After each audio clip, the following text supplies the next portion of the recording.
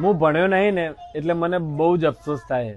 વાંચવા લખવામાં તકલીફ પડે એટલે મારી ઈચ્છા હું અખિલને ભણાય. અને સૌથી વધારે તકલીફ પડે મને ઇંગ્લિશમાં. ઇંગ્લિશ વાંચતા મને બિલકુલ નહીં આવડતું.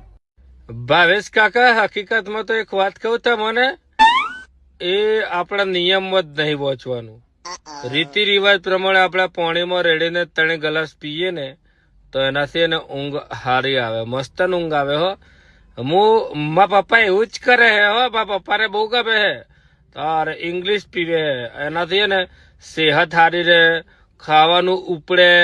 પછી ઝઘડો બગડો થાય ને તો ઓટોમેટિક ધારિયાને બારિયા આપણે કાઢી નાખીએ, કાપી નાખીએ ને, એટલે એક અલગ ઉર્જા પેદા થાય એનાથી. એટલે અમુક એકવાર ભણવા જતો ને એટલે મને આ વસ્તુ સાહેબે શીખવાડી હતી મને. અને તમે કહેતા હતા કે હું આને ભણાઈ ગણાઈને મોટો વેપારી બનાવી શાકભાજીનો, પણ આપણે હકીકતમાં તો હે ને